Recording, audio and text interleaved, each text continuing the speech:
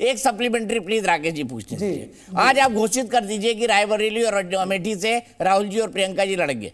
इतनी बुरी हालत तो उत्तर प्रदेश में तो जीत जाएंगे, लैंडस्लाइड विक्ट्री होनी चाहिए। लड़ेंगे राहुल गांधी और आदरणीय प्रियंका जी रायबरेली और अमेठी से। इतनी बुरी हालत है सर।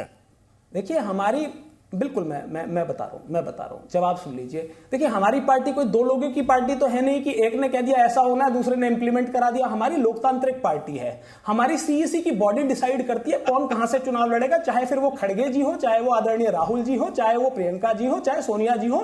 ये पार्टी डिसाइड करती है और उसका एक तरीका है। ऐसा थोड़ी है कि जेपी नड्डा जी को धक्का मार दिया, वो राष्ट्राध्यक्ष होते हुए भी बेचारे पीछे बैठ जाते हैं। उनको माला मोदी जी को राजनाथ सिंह जी को पहनानी पड़ती है, जबकि वो कई बार के पूर्व राष्ट्रीय अध्यक्ष रहे हैं, अब मोदी जी से सीनियर भी हैं। हमारी पार्टी में ये सब नहीं चलता। और मैं आपको विश्वास दिला रहा हूं, राहुल गांधी जी प्रियंका जी जहां से लड़ेंगे वहां से जीत के आएंगे। रायबरेली अमेठी पूछ रहा हूं सर, लड़ेंगे या नहीं? हाँ या नहीं? कोई संभावना है? उनका नाम भेजा है लोकल कमेटी ने, संभावना है? पार्टी अगर पार्टी फैसला लेगी तो निश्चित तौर पर लड़ेंगे। पार्टी फैसला लेगी इस बारे में तो निश्चित तौर पर लड़ेंगे। और वाजपेयी जी से पूछ लेते हैं, वाजपेयी जी को बहुत अनुभव है राष्ट्रीय राजनीति का। वाजपेयी जी, राहुल जी और प्रियंका जी लड़ेंगे रायबरेली अमेठी से? माता जी ने तो खाली कर दी, राजस्थान चली गई है। इनसे हाजीपुर पूछ लीजिए ना। नहीं, हाजीपुर तो पूछूंगा इनसे। हाजीपुर बताइए, चाचा भतीजा का झगड़ा होगा, ये भी बता दीजिए वाजपेयी जी। अनिल यादव जी की फरमाइश पे सवाल है, मैं पूछता हूँ, लॉजिकल सवाल पूछा अनिल यादव जी। बिल्कुल ठीक है। राहुल गांधी तो पिछली बार छोड़ के चले गए थे, इनको पता ही है कि कहाँ से चुनाव जीत के आए हैं वो। दूसरी बात, यहाँ हाजीपुर का सवाल है। हाजीपुर पे हमारा क्लेम पूरी तरीके से सुरक्षित है और हाजीपुर से चिराग बाबू चुनाव लड़ेंगे, ये आप दिमाग में रख लीजिए हर तरीके से। नंबर 2, अभी मैं सुन रहा था खान साहब को क्या एतराज है कि बीजेपी ने अपने लोगों के टिकट क्यों काट दीजिए, आपको बताना पड़ेगा क्यों टिकट काटे। ये क्या आर्ग्यूमेंट है?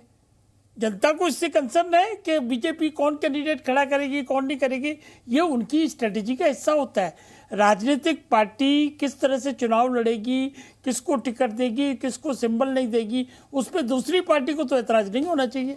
तीसरी बात हो कि मोदी जी का जो विश्वास है, मोदी की जो गारंटी है, मोदी की जो क्रेडिबिलिटी है, वो ऐसी हवा में नहीं बन जाती है। माफ करना, 10 साल में 14 में जीते, 19 में जीते और अब 24 में जीतने जा रहे हैं। उसके पीछे सबसे बड़ा कारण ये है कि जमीन पे काम किया है।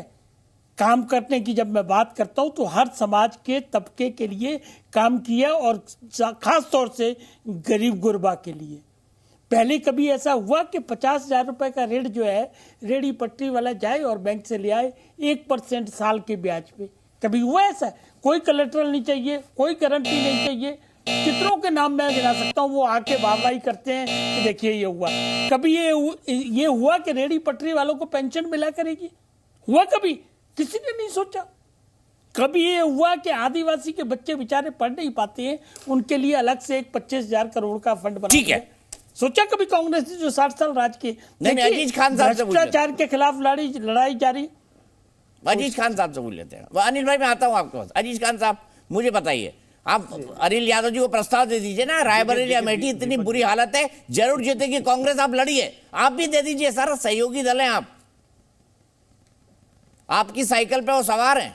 देखिए दीपक भाई, अभी वाजपेयी जी ने कहा ना वाजपेयी जी की बात छोड़िए ना, यादव जी को कुछ बोलिए ना।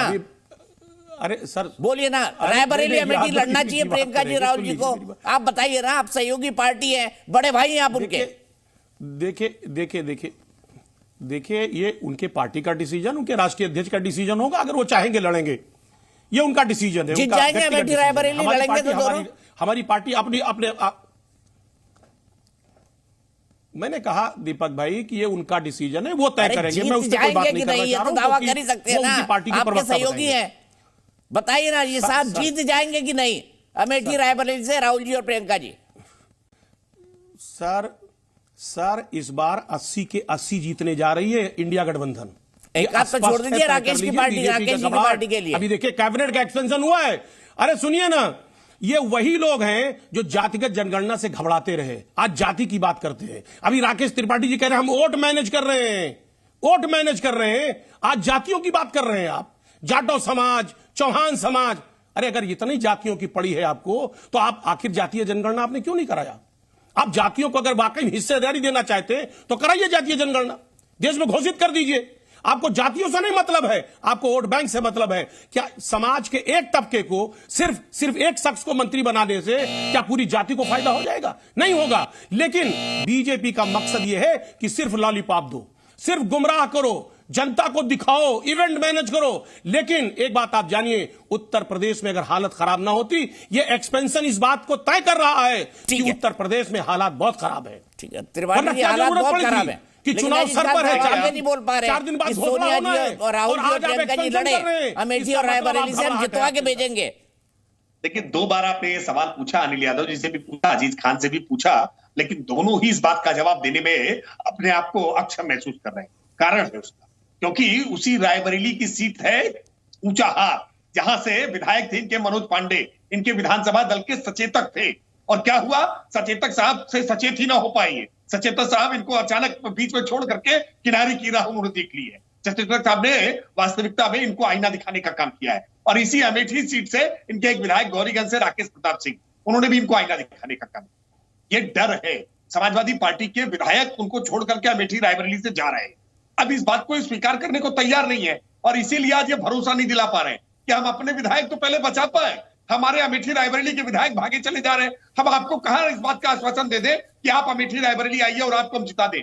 सच बात तो यह है कि आज तो बहुत मुश्किल फंसी हुई है कि हम आजमगढ़ कैसे ठीक करें, हम कन्नौज कैसे ठीक करें, मैनपुरी बचा लें। ये इनके लिए सबसे बड़ी उपलब्धि होगी कि मैनपुरी की एक सीट किसी तरह से बचा लें। हम आश्वस्त हैं।